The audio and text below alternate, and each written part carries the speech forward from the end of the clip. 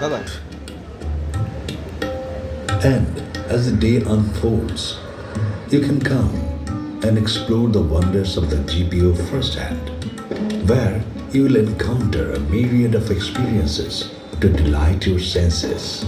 But beyond the tangible offerings lies an intangible journey. It's really fascinating.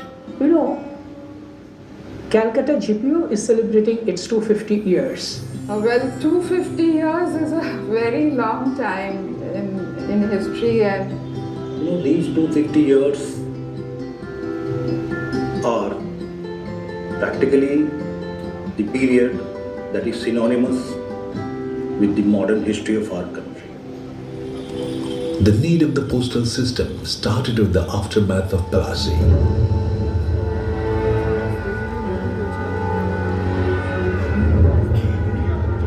In 1765, after the grant of Diwani to East India Company, Clive considered it necessary to tone up the postal system of Bengal.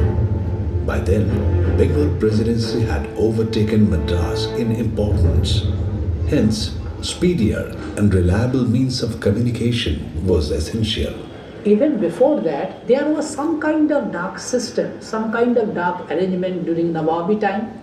Even during the time of Sher Shah Suri, there was a kind of postal system in India. In 1772, Warren Hastings intervened. He became the first Governor General of the company in 1773.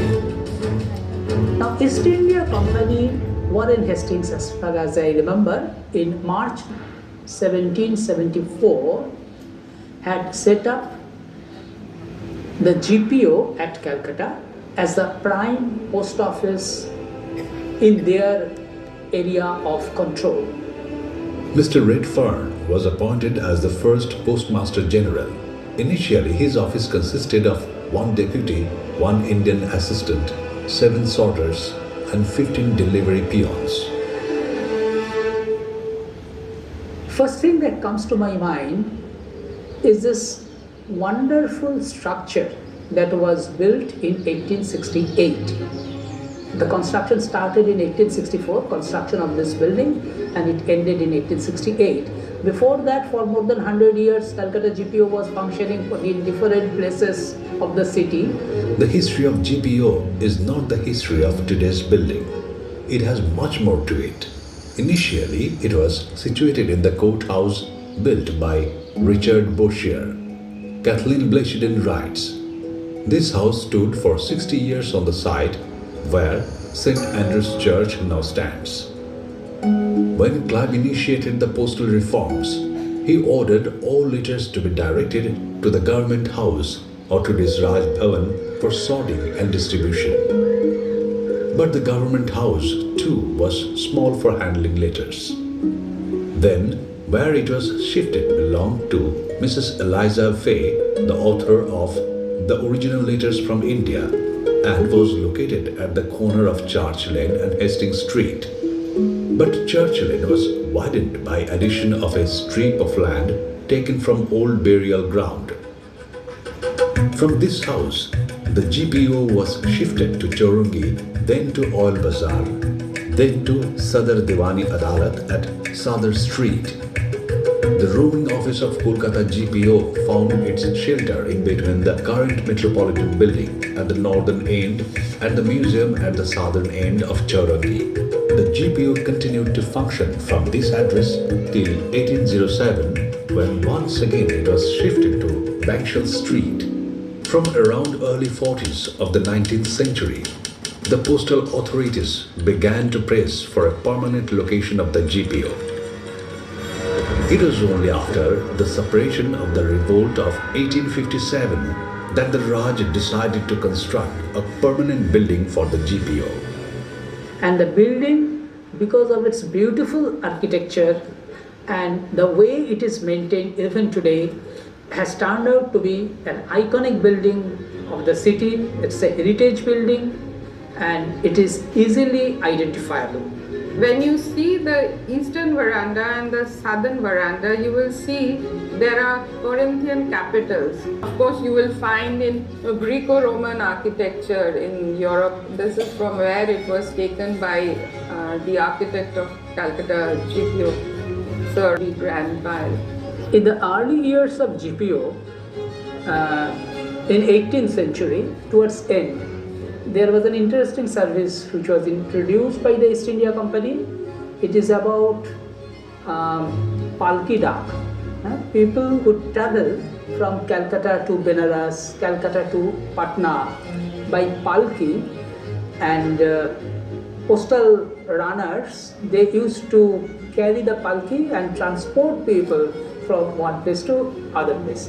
This was done because postal employees were perceived to be aware of all the roads and all the locations. In 1851, the introduction of the telegraph represented a monumental leap forward in communication, marking the dawn of a new era. Furthermore, in 1879, the introduction of the postcard marked yet another significant advancement in postal services. One did feel proud to be part of a system which facilitated this jog. Around 1882-83, a Babu working at GPO, a clerk, passed away. And his family was in distress because whatever was his savings, that was not substantial. The concept of insurance was not there in India at that time. Director General was Mr. Hogg at that time. He was touched and he wrote to the Her Majesty's Secretary of State to India that we need some insurance scheme for the postal employees. So the approval came in an express way and postal life insurance was introduced in India. 1st February 1884 was the day when postal life insurance was launched from this building. And at one point of time in 1920s, great physicist C.V. Raman was working as Assistant Accountant General PLI in this office at Calcutta GPO, and under his signature, PLI policies used to be issued to the customers. The postal department played a pivotal role in the dissemination of news, acting as a cornerstone for the growth and development of numerous newspapers. When malarial fever ravaged the city and the countryside alike, it had to organize the distribution of quinine through the counters of post offices. The superstitious belief was one of the major barriers to sell quinine, so the postman used to dress like God Shiva to and sell quinine in remote areas. This place is full with history. The GPU building is built on the site of the old Fort William. Curzon took steps to perpetuate the memory of the old fort by placing brass strips sunk on the pavement marking the outlines of the old walls. There is a multi-tier tower clock which was purchased from the manufacturers of the Big Ben in 1896 at a cost of ₹7,000. ব্রিটিশদের যে ঘড়ি কলকাতা শহরে যতগুলো আছে তার মধ্যে একটা অন্যতম ঘড়ি হচ্ছে জিপিওর টাওয়ার ক্লক। এরকম ভারতবর্ষে অনেক ব্রিটিশ মেড ঘড়ি আছে, তার মধ্যে আইকনিক হলো কলকাতা জিপিওর tower clock. And for the first time when it was installed, the sound of the chimes was so great. It was, almost like deafening, and the people of the square, people who were working in different establishments, they all came together and they complained to the postmaster that please disable the sound, otherwise we will not be able to work. Each corridor, each room, each part of the terrace is part of some incident or other. আমাদের একটা main চাবি আছে, তারপরে আমরা south বারান্দা চাবি আছে, গোলঘরের চাবি আছে, ইস্ট বারান্দা চাবি আছে, লালবাড়ির চাবি আছে। আপনি এখানে কত বছর আছেন? 30 বছর। Kolkata GPO is the biggest post office of the country in terms of the volume of traffic handled. So besides being the most important post office of the city, there is sorting hub. That sorting center also works here. Secondly, you see that mail motor vans running all over the city, round the clock, 24 hours a day for 365 days a year. These vans, they also originate, these schedules, they also originate from Calcutta GPO and terminate at Calcutta GPO.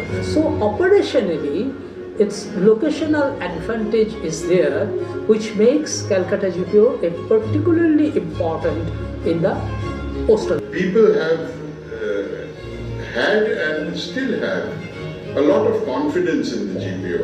So as I said, that GPO always keeps us on our toes and the service always has to be top notch.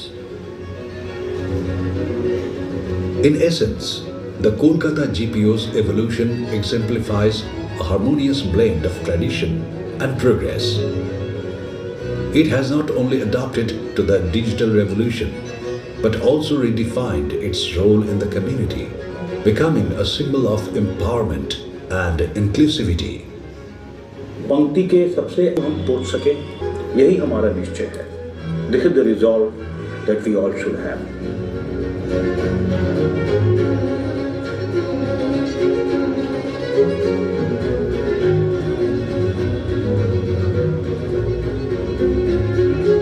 Through its proactive initiatives and forward-thinking approach, the GPO continues to uphold its legacy while embracing the opportunities of the digital age, embodying the spirit of a resurgent India.